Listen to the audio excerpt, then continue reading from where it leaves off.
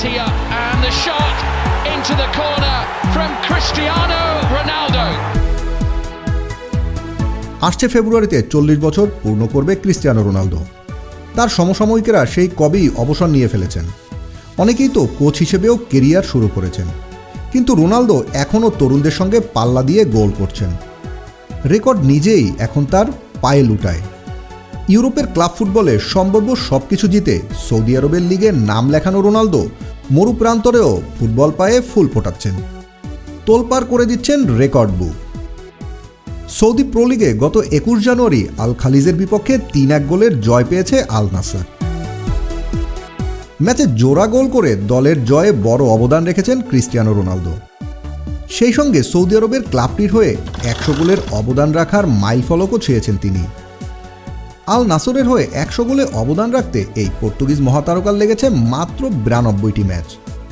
আল খালিজের বিপক্ষে এই দিন ম্যাচের 65 মিনিটের সময় বক্স থেকে ওতাবিওর ব্যাকপাস পেয়ে নিখুঁত শটে জাল খুঁজে নেন রোনালদো। এই গোলই 100 গোলের অবদানের মাইলফলক ছুঁয়ে ফেলেন রোনালদো। এরপর যোগ করা সময়ে সাদ হুসাইনের পাস বক্সে পেয়ে দলকে 3-1 ব্যবধানে জয় এনে দেন রোনালদো। 2023 সালে আল নাসরের নাম লেখানোর পর 92 ম্যাচে 83 গোল করেছেন রোনালদো, সহায়তা করেছেন 18 গোলে। মজার বিষয়, সৌদি লীগের ক্লাবটির হয়ে রোনালদোর অভিষেক হয়েছিল 22 জানুয়ারি। ঠিক 2 বছরের মাথায় তিনি মাইলফলক ছুঁয়েছেন। সব মিলিয়ে জাতীয় দল ও ক্লাবে রোনালদোর গোল সংখ্যা দাঁড়িয়েছে 918টি। 1000 গোল থেকে আর মাত্র 82 গোল দূরে দাঁড়িয়ে এই পর্তুগিজ মহাতারকা। পেশাদার ফুটবলে যে রেকর্ড নেই আর কারোরই। সৌদি লীগে চলতি মৌসুমে রোনালদোর গোল সংখ্যা দাঁড়িয়েছে 15 ম্যাচে 13টি। নিয়মিত গোল করলেও লিগে রোনালদোর দলের অবস্থা খুব একটা ভালো নয়। 16 ম্যাচে 32 পয়েন্ট নিয়ে তৃতীয় স্থানে আছে তারা।